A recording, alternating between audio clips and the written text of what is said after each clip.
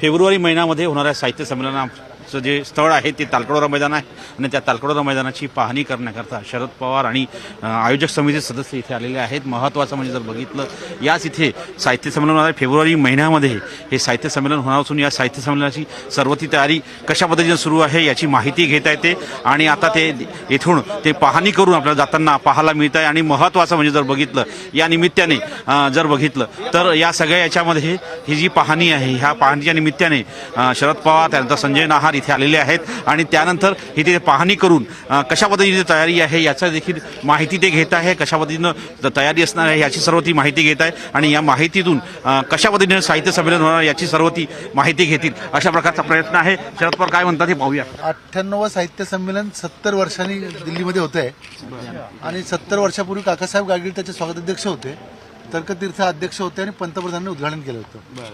यंदाचं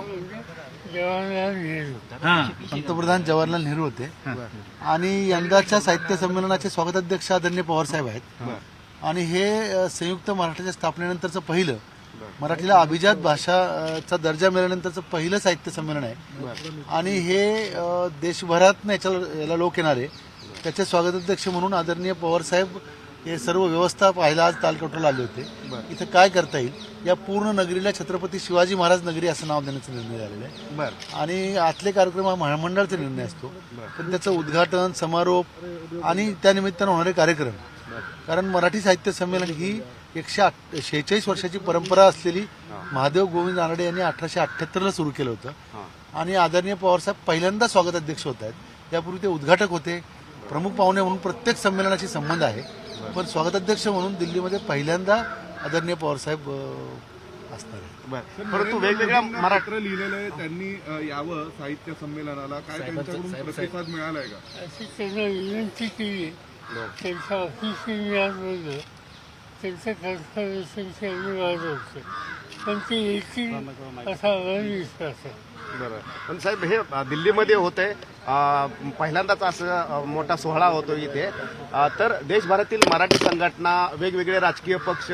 खासदार आमदार सर्वजण सहभागी होतील का साहित्यिक या याच्यामध्ये? असं की दिल्लीत यापूर्वी झाल्याचा त्याचा उल्लेख नहार यांनी असा केला, पण माझी खात्री आहे की देशाच्या राजधानीमध्ये होत आहे आणि त्यामुळे सवन देशाच्या कानाकोपऱ्याच्या महाराष्ट्र योजना आस्था असलेले घटक या ठिकाणी कथाखाली येतील। धन्यवाद।